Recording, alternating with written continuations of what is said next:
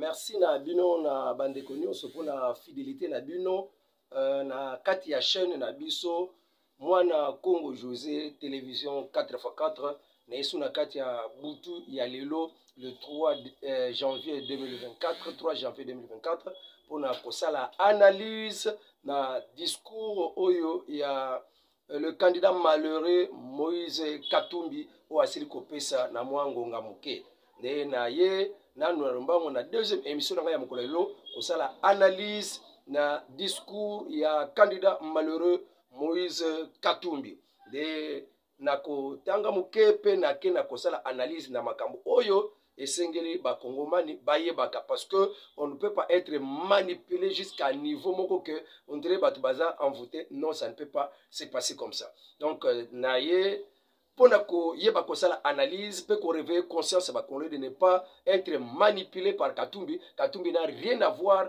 avec la République démocratique du Congo. Katumbi c'est Nanga, Katumbi c'est le 1-23, Katumbi c'est Kagame et Katumbi c'est l'Occident. Donc il n'a rien à nous dire. Nous sommes salawana, ils ont manœuvre occidentale pour déstabiliser la République démocratique du Congo. Na Congo il y a article 64. Alors Tolanda na mukolo lelo Moïse Katumbi asili ko sala discours na ye. Asili ko loba na kati ya discours na ye maloba. En bref, na asili ko kanga. Boyo kango malam. En premier lieu, Moïse Katumbi asila ki nous remercier ba nyonso ba voter ye, nyonso ba leka ki na ko soutenir ye na échec na ye. Oye ya zobenga victoire. Donc, il a commencé par un mot de remerciement. Naba collaboré na kate discours nae. Katumbi qualifie le régime actuel du président Félix Tshisekedi d'un régime de fraude, d'un régime de corruption, d'un régime de tricherie qui veut s'imposer à nous. Il y a l'objet que nous n'en serons, il n'en sera jamais comme ça. On ne peut pas développer un pays sur des mensonges, sur la tricherie. Et nous ne pouvons bâtir un pays, un État, une nation sans retrouver notre fierté qui appelle à pouvoir choisir librement nos dirigeants. Tout ça là nous point. Na isika o alobeli après ba remerciement na ye, Moïse Katumbi a qualifié régime ya président Félix Tshisekedi il y a des fraudeurs. Il y a un régime à Kabila. Fraudeur fois 100. Mais, à Bossani Yango, Lélo a qualifié régime à président Félix Tshisekedi des fraudeurs, des corrupteurs, des tricheurs qui veulent s'imposer. Donc, pour le président Félix Tshisekedi a s'imposer dans le pouvoir. Quelqu'un qui a eu 15%, mais il a contesté le résultat Yabatou. Il y a le but qu'il veut s'imposer à nous. Il y a le but que écoutez qu'elle a jamais kosala mabongo. Tokoki ko développer mboka te na lokuta, tokoko développer mboka na tricherie te. En tout cas, tokoki ko tonga mboka te, état na biso te, nation na biso te, ceux qui tosali yango na fierté moko oyo euti na nzela ya ba élection oyo eza penza libre démocratique pona ba dirigeant na biso. Wana nde maloba azoloba. Moïse Katumbi a mutu moko ndenga zawana toyebi que ye na M23 na nanga baza na langage moko na Kigali baza na langage moko. Ndenge pe ba M23 basiliko pesa discours na bango moko na kati ya Kishanga pona ko rejeter ba résultat ya CENI mêmement pona ba mouvement citoyen ba rejeter ba résultat ya CENI. Même l'opposition a rejeté le résultat Yasseni, même Nanga a rejeté le résultat Yasseni, même PPRD a rejeté le résultat Yasseni. Au résultat de biso et salami penta na ndenge longobani oyo kadima azolo ba que je veux vous prouver na koyiba ko tiela bino ba résultat ya bureau par bureau. Mais wana bazoyo kangote wana etali bangote. États-Unis abendaki bango makanisi ya kolobete kotambola na balabala kokende ko buka parce que bino bozana bato ba bukaka ndenge ngana yebili. États-Unis ayebisi bango ke kotambola na balabala na affrontement na balabala et ko résoudre problème te. Mais pona bango ba monika ke nzela ya cour constitutionnelle eza yango te. Il faut kaka nzela ya balabala, nzela ya désordre, nzela ya kobuka, nzela ya guerre civile, yango nde pona bango ekoko résoudre le problème o bazozwa lokola article 64 ya constitution isika ba bomba mili. Na otanga discours ya Katumbi ndenge ezali. Katumbi alobi kosepela te na régime oyo pe wangani aboyi na ye ba résultat oyo esili kopesama na kati ya seni oyo. Tokoko développer mboka na tromperie te na tricherie te. Tromper notre peuple ne fait qu'avancer la crise de légitimité. Koko sa population, ya mon Katumbi a moni que seni ba résultat oyo bimi et kosi population. C'est que population a voté qui mutu mususu mais ye seni a imposé biso mutu mususu. Makambo Katumbi azolo c'est un peu ridicule. Na kota la batu biso nyonso tozala ki na katia ba bureau de vote vote qui awa na Kisasa na kota na kota ba province. Tout le monde ba bima ki bazal qui conscient que on a voté que le président Félix Tshisekedi na normal. Ce qui lelo Katumbi azolo bake yende mutazu ba opposant bazolo bake bango batu bazu c'est contradictoire et ça donc la population bazoko benga population bazoko lobela en tout cas azoka moi mais comment bato vraiment balinka ka désordre. Nous étions témoins oculaires il y a comment le président Félix Tshisekedi a été voté en masse dans chaque bureau de vote et aujourd'hui Katumbi venu nous dire vraiment ça c'est seulement des raisonnements.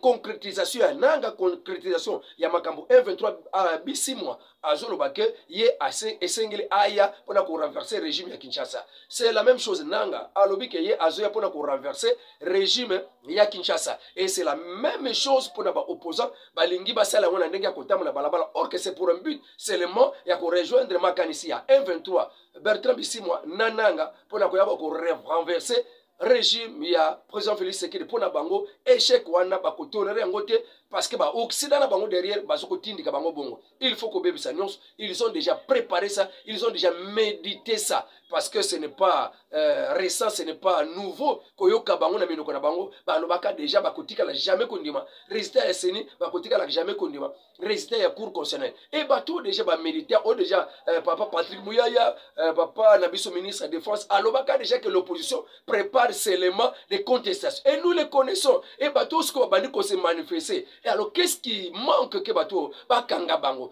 Toute la diaspora ne gire que pour l'arrestation de Katumbi et de tous ces gens là bazo piolo là. Résultat est clair.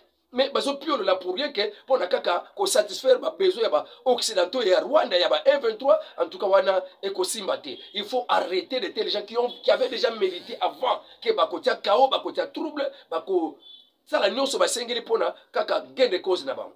Donc nazotanga nanu avant tokoma tokenda ba analyse ndamu ndamu. Na otanga ndamu pe tokenda ba analyse. Na lingi na butu lelo na boy cause la tongo etana pona na sala émission na butu lelo na linka na sala émission na yeba ko répondre mais c'est Katumbi na discours na ye o asili ko sala.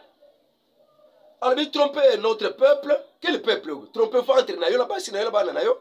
Ozo causer la peuple. Toi, tu es derrière quel peuple? Le peuple qui a voté le président Félix Tshisekedi ozo va tromper notre peuple. C'est toi qui trompes le peuple, non?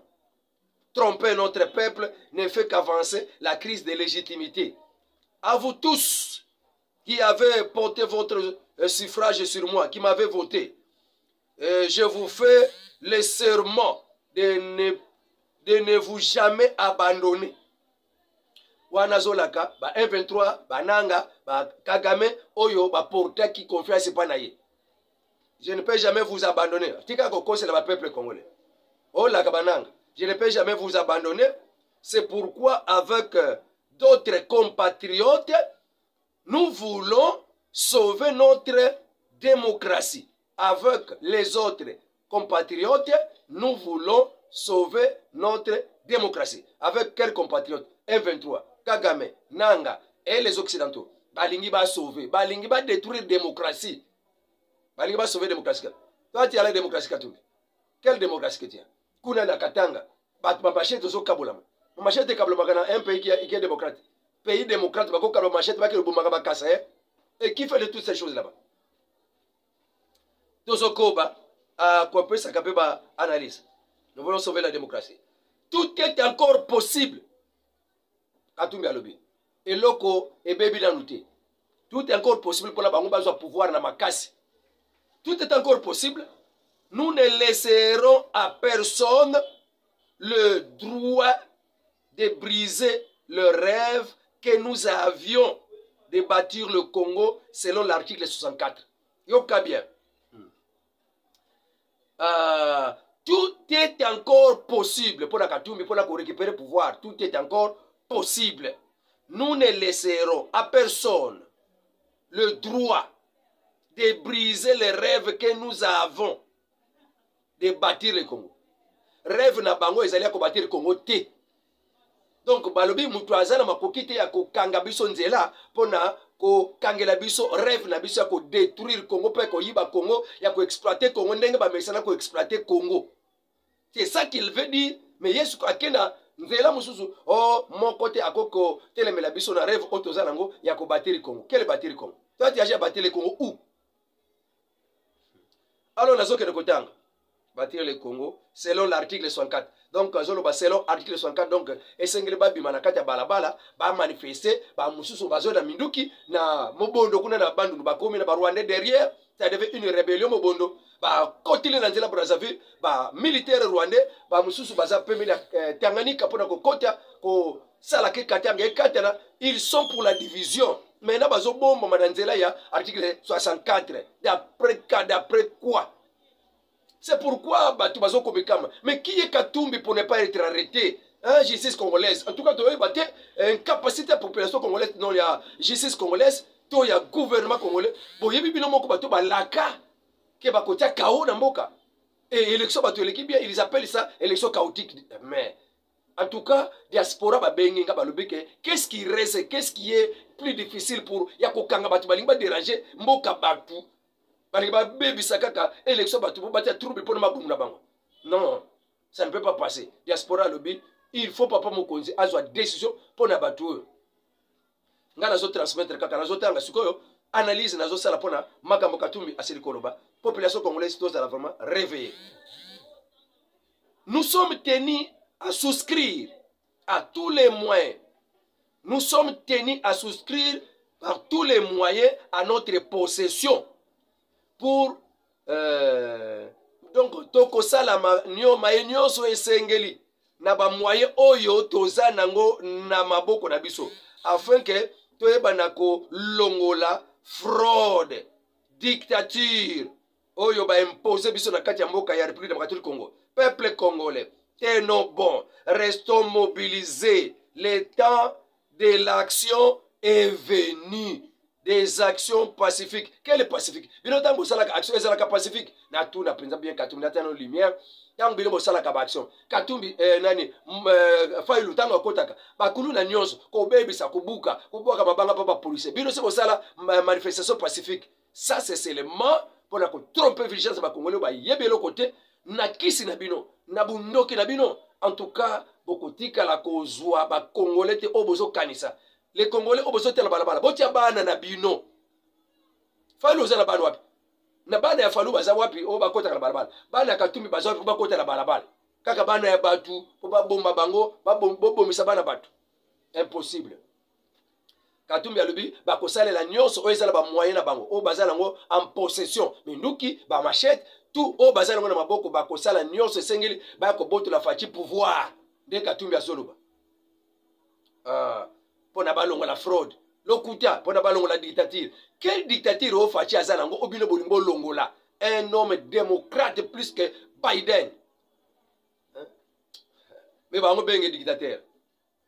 Peuple congolais tenons bon, restons mobilisés. Le temps de l'action est venu. Tango ya ko renverser pouvoir na coup d'état et koki pona Katumbi. Oh langage na ina zoko sala analyse. Le temps de l'action est venu. Action pacifique, démocratique. Nous allons résister et conquérir notre droit. Toko résister, pe toko kene ko conquérir bo konzi na biso o azobenga ba droit na biso. Po baza na plan, baza na vision, baza na objectif moko po na mboko yo. Alors mon côté à côté les bango, donc la président Félix a sauté les bango, il faut ba kende na makasi, faut ba ya na makasi na ba moyen baza na ngo. Oyo kama kama zolba. Ale Katumbi atikali libre, ba kangiete. Jamais. Nous allons résister, conquérir notre droit le plus légitime, reprendre en main notre destin avec des dirigeants de notre choix. Dites-moi, dans quel pays on a voté dans les mains des les machines à voter sont dans les mains des candidats au pouvoir. Dans quel pays les machines sont dans les mains du candidat au pouvoir? Au Katumbi donc il y a fraudate. Combien ba émission na la kisakibino batu bazo ganga oh ba 20 000 bulletins de vote Katumbi ba eko kotisa. Combien de fois na kati ya Tanganyika na siku na manono suki mboka nini wana batu bazo lobake Katumbi batu na ye ba yeba kotisa bazala ba machine à voter awa na kati ya Njil quartier 6 na Saint-Martin député Obeza ya union sacrée hein mwasi oyo ya Lemba Junior mais babilité azol ingako de kokotisa na kati ya centre de vote et ça babilité za Katumbi président même mouton union sacrée. Donc Katumbi a pris même beaucoup de gens de l'union sacrée na service na ye pour na ko déranger image ya union sacrée a manipuler bato ya union sacrée basela ba machine lelo a comme ko brandir il le savait pour nani oyo mwasi ya Junior le Malemba tiatia na wana azalaki na babilité na utaki la ndako pona aya ko kota na kati ya bureau de vote na Saint-Martin na quartier 6 na Saint-Martin mais ba bureau de vote wana ba bulletin wana ezalaki na elongi ya Fatite ezalaki na elongi ya Katumbi. Et nous avons entendu même la carte à l'Olaba. Moutouaza, représentant ya union sacrée la carte à l'Olaba. Mais Azobi Sabato, votez Moutou Bolingi, votez Moutou Bolingi. Alors, l'accès 3. Votez Moutou Bolingi. Donc, même il y a des gens de l'union sacrée qui ont bâti campagne pour Katumbi. Comment Fifi Masuka, Kiabula, Niembo, Nani Bazakuna, Bamsusu, Tokotanga, Bango Kombo, qui n'ont pas pu arriver à faire élire, par exemple, les Sekedi. Kuna Katumbi, Bazobi Azosa, Badona 5. Bon, Kiabula, Fifi Masuka, Kumisaka, Salini Nikuna. Ils ont bâti campagne, sans le savoir. Bouki Bilo chef de l'État. Ils ont bâti campagne pour la Katumbi. Et maintenant, c'est même Katumbi qui était à 90% responsable des fraudes. N'a député naïe, à ce moment là, union sacrée, basé ma machine. Si on a un lobby qui est union sacrée, na union sacrée mi bazat. Ton a union sacrée de Félix Mtatindi. Plusieurs députés nationaux, députés provinciaux, bazalaki à la base il y a tricherie, mais moutou a seni à l'obaki que machine au basala qui est machine à 2018. Il y a machine et moussou c'est sikaya qui a un qui m'a retard. Donc, les résidents de qui déconsidéré parce que sa machine il y a 2018. Mais Katumbi a brandi comme il y avait des machines, des machines à Bango. À lobby que la machine wana ezalaki la ngamba opposition, ezalaki la ngamba majorité, ezalaki la ngamba opposition. Personne ne peut accuser qui na makambo ya ba députés nationaux balingaki ba tricher. Donc Katumbi ne peut pas lui-même est responsable. Yango nous appelons nous, les parlementaires debout, à l'arrestation de Katumbi, lui-même était victime de la tricherie. Dans beaucoup de cas, même Yamoko Jessis, dans les services de renseignement, il y a des preuves de tricherie à Katumbi. Comment Batunaï Bangaba bourré des urnes dans le compte et aujourd'hui il brandit tricherie dans le compte de Félix Tshisekedi. Ça, c'est jouer des gens. Azolo Banin, Namboka Nini, Batu à pouvoir, Zalaka na machine, na kati bandako na ba. Nata Kabila. Au moins, il y a des et tu veux montrer à qui, que dans quel pays, on a déjà trouvé les gens du pouvoir à avoir des machines à voter. Je te montre, et je te dis, en RDC, au temps du régime de Kabila, il y avait des gens de Kabila qui avaient des machines dans leur maison. Et machines Wana, et c'est le temps de Bango, on a un gazalakina. Vous voyez qu'il y avait des machines, mais dans qui manifestation, numéro 20, et Longia Katumbi Zoya. Et qu'est-ce qu'on va dire de ça? Qui a fraudé? Et c'est lui maintenant qui vient, le premier, brandir les fraudes dans Ngambo, il y a pouvoir. Manipulateur, Nanga, M23, Kagame qui tue. Dites-moi dans quel pays on trouve des machines à voter dans les mains des candidats au pouvoir. Et on se précipite à proclamer, à féliciter un vainqueur. À féliciter un vainqueur aux élections. Dis-moi le nom de ces pays Oyo Bazalaki Naba Machine, Nabandako Nabango, battre pouvoir. Citez-moi un pays où dans le monde, où l'on a prolongé les élections de 11 heures à 6 jours à 7 jours. Et on se précipite de citer les vainqueurs. Ah, mboka nini? Et ça na mboka moko même en Amérique quelque part na kati circonscription moko boye. Ba monaki ba irrégularité ba zongela ka ba élection wana. Na mboka moko boye pe na circonscription moko boye irrégularité ezalaki. Kokoso moko ezalaki na quelque part ba zongela ka ba élection wana ba élection sile. Ezalaka nango. Quand il y a quelque part et mononi bien te, il y a une tricherie, il y a candidat moko ba déconseiller ba élection pe ba zongeli ba élection ezalaka Katumbi n'est pas intellectuel pour comprendre ces choses que à côté de ba mboka pona kotala ndenge le ka ba élection demander à l'expert comme Denis Kadima a quoi que dans tel pays il y a eu ceci dans tel pays il y a eu ceci ba zongeli élection na mokola lobby Kadima n'est pas un dupe pour na koyeba ko sala makambo asala ki c'est pour amener tout le monde à choisir ba dirigeant na bango oyo ba kokamba parlement pe oyo akokamba mboka. Donc c'est ça koganga wana ezala ngo koloba teke yo mutu ozwi si tu as réussi la na makambo Amerika lobi kende na kata je pole zo banga justice. Katumbi s'est dit choqué par le message de félicitations des chefs de l'État africain. Katumbi a eu kanda ndenge ba chef d'État africain ba féliciter le président Félix Tshisekedi donc a choqué. Vous allez le choquer et il le payoté. Mais il a s'appelé la Union européenne et les États-Unis pour bango ba féliciter le président Félix Tshisekedi. Ngalasi devant ses fidèles à l'église Ngalasi wa loba ki nzamba tindi ngai. Pona pesa kandatiri nzambe yango atindi Ngalasi azwiti. Est-ce que nzambe atindi? Do ba kosela nzambe makambo bango yeyo. Ba kosela nzambe makambo nzamba tindi ngai. Akene église na ye pona ko conseiller bango ayebisa bango que non cour constitutionnelle ako s'y prendre. Donc ako s'y reprendre. Donc ako bimisa ye. O sakana nzambe. Ngalasi devant ses fidèles a lobi que Cour suprême peut nous surprendre. Aux États-Unis, alobaki que esengeli ba dirigeant compétent terbili makati Congo ba eba na ko enquêter sur ba biloko oyo ba opposant bazo lobela. Ba enquêter sur yango. Tandis que dans un communiqué à travers son ambassadeur, les États-Unis exigent une enquête sur le non-respect des procédures du code électoral. Non-respect du procédure du code électoral. Wana ba nanzela ambassadeur va exiger enquête et salama pour na non-respect ya procédure du code électoral ou na RDC. Exige. États-Unis a exigé. En tant que qui États-Unis osoko exiger biso. Na lobaka kaka même le président Félix Tshisekedi a yebisa biso yango mukolo bakutana na Macron ba wasala débat. Kuna les États-Unis ba oba kufa na COVID-19 ba se retrouva que ba voter à Biden. Comment ba kufi ba voter? Et ça irrégularité et qui compromettre même annulation banila ba élection États-Unis banilango. Mais ba kufa na COVID-19 ils se sont retrouvés leur non voté.